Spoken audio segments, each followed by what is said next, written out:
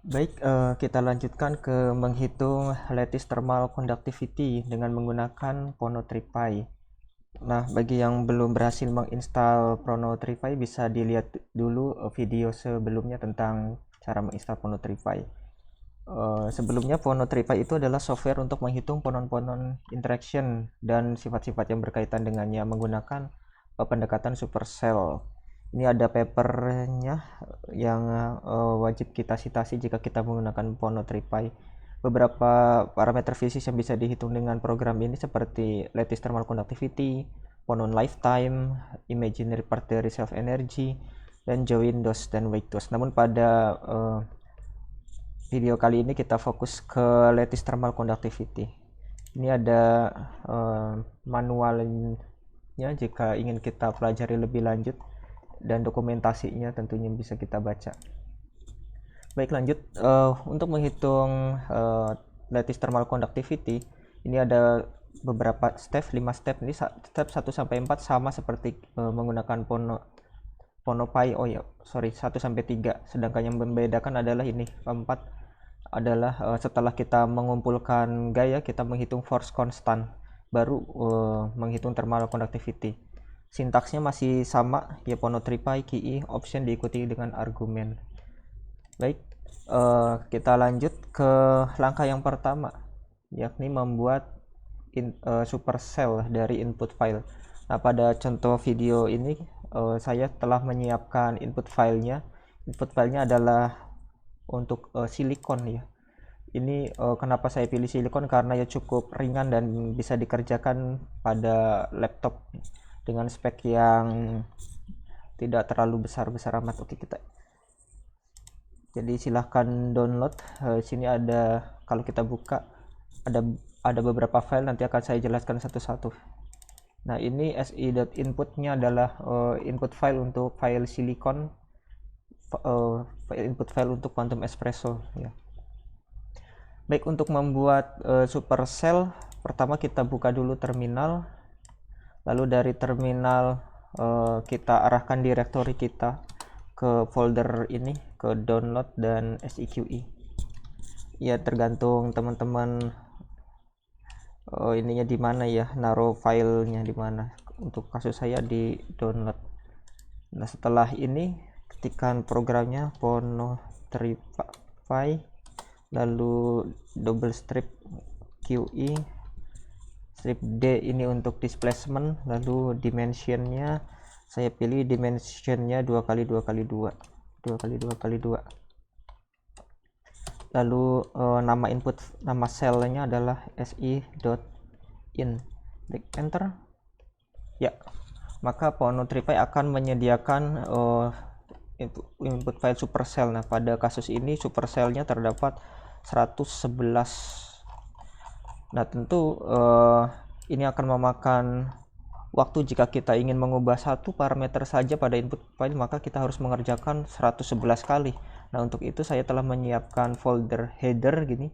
Jadi dengan mengubah satu header saja nanti akan otomatis terupdate ke seluruh input file ini. Jadi kita tidak perlu mengubahnya satu-satu. Jadi pada header ini yang terpenting adalah ini ya, print untuk TPRN4 true dan T-stress true karena kita ingin menghitung konstan atau stress atau ya, force constant gitu ya kayaknya. Oke, setelah kita membuat supercell, maka selanjutnya adalah mengrunning SCF calculation. Nah, untuk merunning SCF calculation bisa cara manual ataupun saya telah menyiapkan ininya, scriptnya gitu. Jadi kita menjalankan file dari supercell 1 sampai 111 secara for loop ini secara otomatis.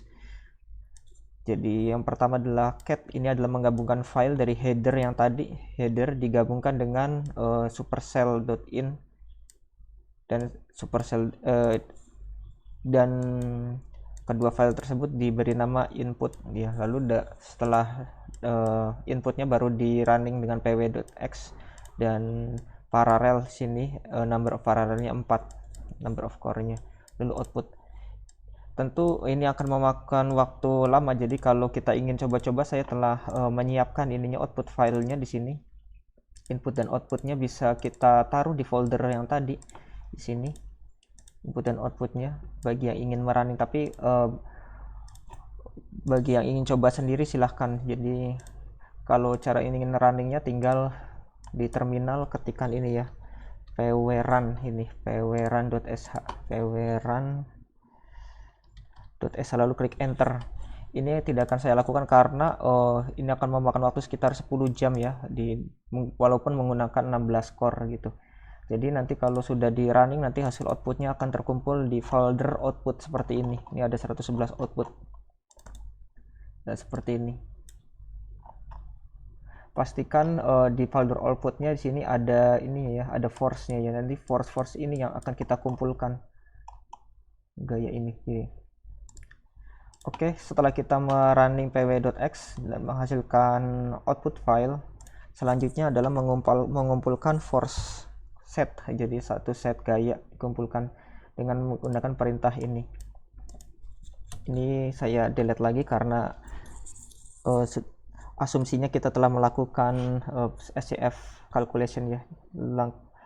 Lalu untuk mengumpulkan gaya, sintaksnya pw.pono3py qe double strip cf3. Ini cf3 adalah untuk menghitung search order force constant, jadi konstanta gaya order ketiga. Lalu output filenya berada, tadi kan kita berada di folder ini, output filenya ada di dalam folder output, maka penulisannya adalah output lalu garis miring di dalam folder ini. Di dalam folder ini ada SI. Ini kan SI nya ada banyak nih, si.out-nya dari mulai 001 sampai 0011. Jadi SI strip 00001 ya, 0-nya 4 kali ya, sampai 01111 dot out. Klikkan enter ya, force set has been created. Nah, maka di folder ini kita telah dapat force set.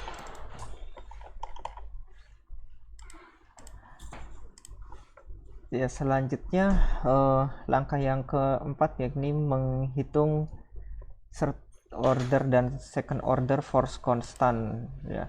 Kita balik lagi ke terminal, lalu ketikkan ini pono3py qe, lalu dimensionnya 2x2x2, lalu nama selnya adalah si.in, dan ini adalah untuk menghitung force. Perintahnya ini ya, sim fc.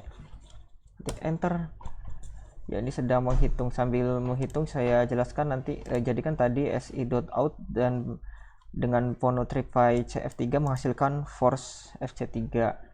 Lalu dari force fc3 ini, langkah yang keempat, dengan menggunakan perintah ini sim fc akan menghasilkan file third order force constant dan second order force constant yang dituliskan dalam file ini fc3 .hdf5 ya, dan fc2. Apakah sudah selesai? Ya, setelah selesai kita lihat ada di folder mana, fc3. Nah, ini. Nah, file ini tidak bisa kita baca secara langsung ya. Ini akan bisa bacanya menggunakan Python ya. Akan dijelaskan di slide selanjutnya. Oke, langkah terakhir yakni menghitung lattice thermal conductivity. Jadi dari file tadi, third order dan second order force constant akan diubah menjadi ini ya, nama filenya kappa hdff5. Sintaksnya adalah pono3py qe, lalu dimensionnya masih sama 2x2x2, lalu ininya nama file fd.in, lalu ini adalah PA, itu adalah primitive axis. Pada kasus ini primitive axisnya 0, setengah, 0,5, dan setengah 0. Jadi primitive axisnya sama dengan 0, cara menulisnya 1/2, 1/2, 1/2, 0, 1/2, 1/2, 1/2, 0. Lalu jumlah meshnya untuk kasus ini ada 11 kali 11 kali 11 contohnya. Ini adalah jumlah mesh gridnya. Lalu selanjutnya ini ada FC3 dan FC2 untuk menghitung third order dan second order. Force constant, FC3, FC2. Lalu di sini ada metodenya. Metodenya bisa kita pilih untuk menghitung Boltzmann transport equation, ada BR dan LBTE. Kalau BR menggunakan RTE, relaxation time approximation, sedangkan LBTE menggunakan linear Boltzmann transport equation. Oke, kalau sudah klik enter. Ini setelah PhonoPy akan menghitung. Nah, kalau sudah nanti akan muncul file yang namanya ini kappa m111111.hdf5.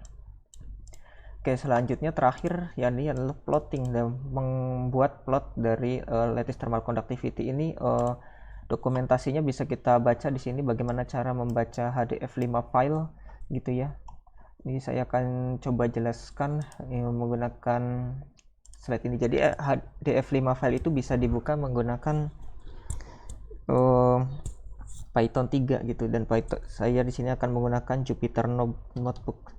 Saya sarankan download dulu Jupyter-nya atau install dulu Jupyter Notebook-nya, Jupyter. Nah, saya menggunakan Jupyter Lab karena Jupyter Lab sudah diinstal di komputer saya. Ini saya telah menyediakan input filenya berupa ini ya, kappa i Python Notebook.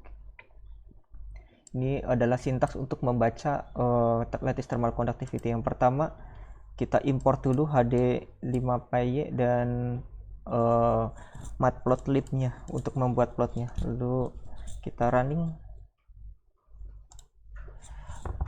Lalu sintaksnya adalah F sama dengan HDF5 file ini untuk membaca filenya ya. Untuk membaca filenya. Bukan ini. Kita running. Ya, ini merah warning, abaikan saja.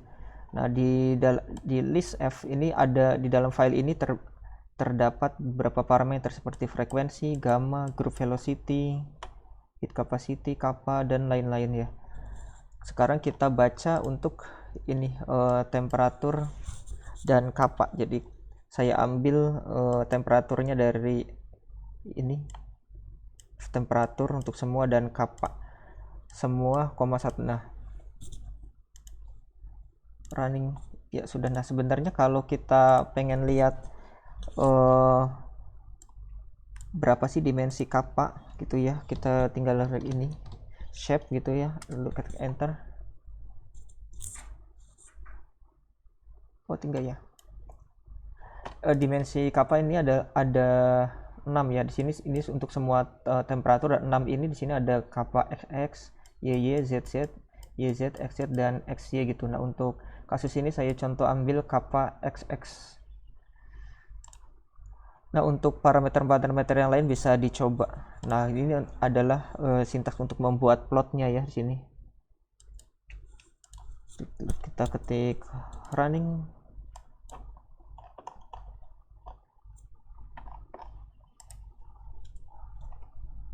Wait, tidak ada. Cancel. Ya, sorry, ternyata tadi saya kapanya ini save ya. Sorry, maksud saya nggak usah pakai kappa, ini save ya. Save nya adalah 101 kali 6, jadi 101 ini adalah temperaturnya dan 6 ini adalah bentuknya ya. Oke. Jadi kalau sudah seperti ini, nanti hasilnya disimpan di dalam folder ini. Ada file nama ini, thermal conductivity versus temperatur kappa ya, satuannya ini watt per meter Kelvin ya. Begitu, demikian cara membuat plot thermal conductivity versus temperatur. Dan berikutnya kita akan menghitung Grunesian parameter.